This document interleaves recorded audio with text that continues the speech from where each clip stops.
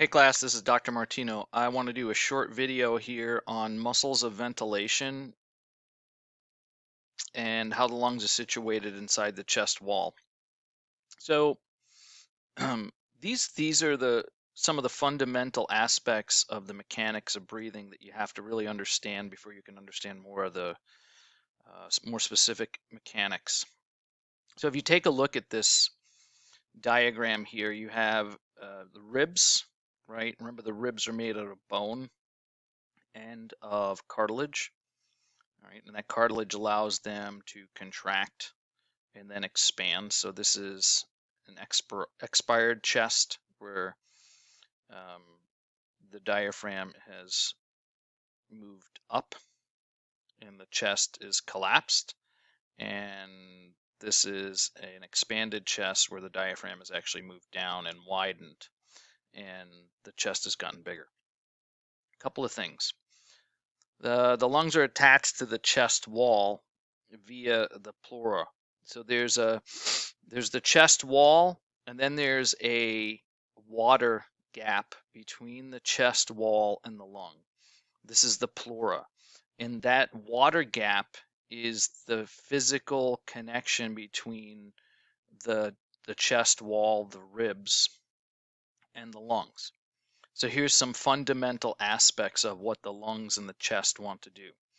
The lungs, if you pop the chest open, if you were to cut it open with a bone saw, the lungs collapse. All right, so the lungs are elastic tissue and they want to collapse. The rubber band, you pull on the rubber band, what happens? It collapses. That's exactly what the lungs want to do. The chest wall, as soon as you cut through that last rib, will actually pop open. So the chest wall actually wants to expand.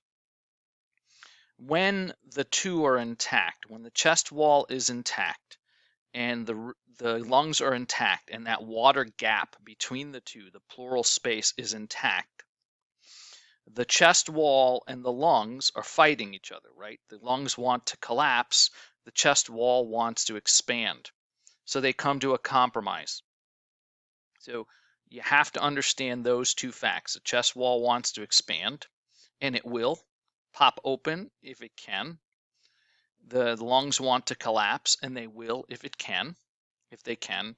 And the connection point, the pleural space between the two, is what keeps them at sort of a compromise point.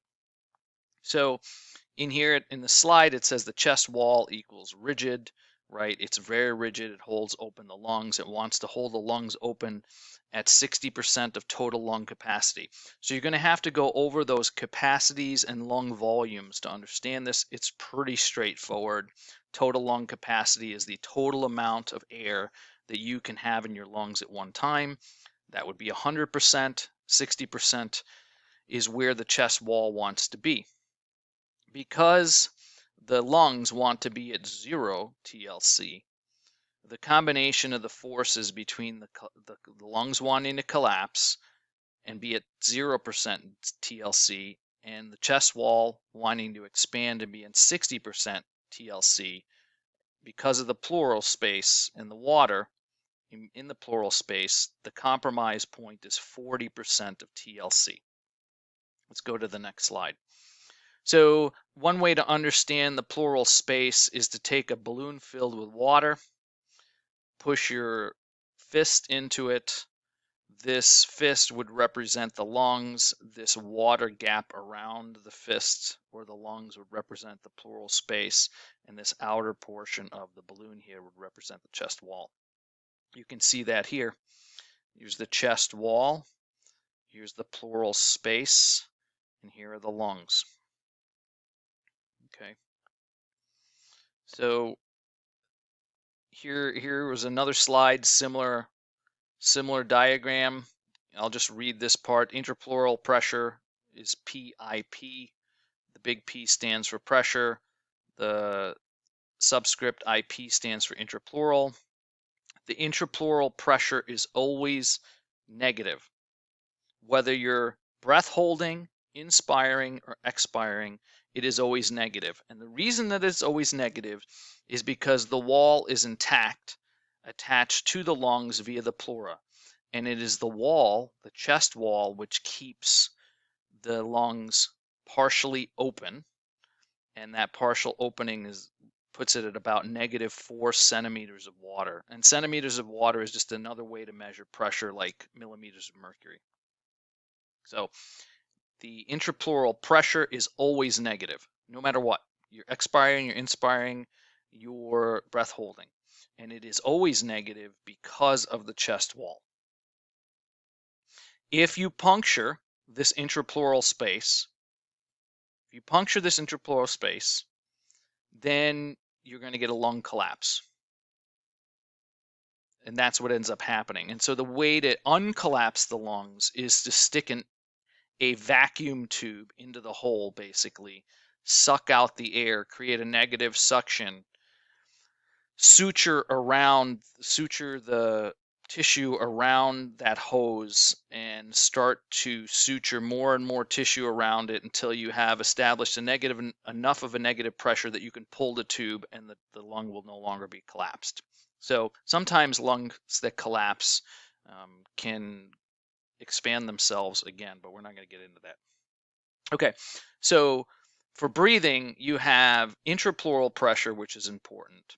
You have the pressure of the wall, which is important. And then the most important pressure is what's called the alveolar pressure, which is the pressure that is actually inside the alveoli, the small air sacs inside the lung. Okay, so when we're breathing, no matter what place on the planet or on any planet that we could breathe on, we are at, the atmosphere becomes the 0 point. So if you're on the top of Mount Everest, the atmosphere on top of Mount Everest is 0 point.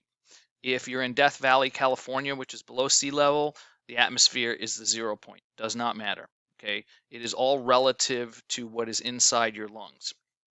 So when you're not breathing, the alveolar pressure, the P pressure of the alveoli, the pressure inside the lungs is 0, and the pressure in the atmosphere is 0. So no air moves.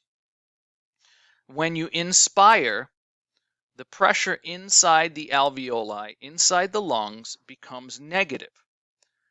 The atmosphere is still 0, and we move down the pressure gradient, right?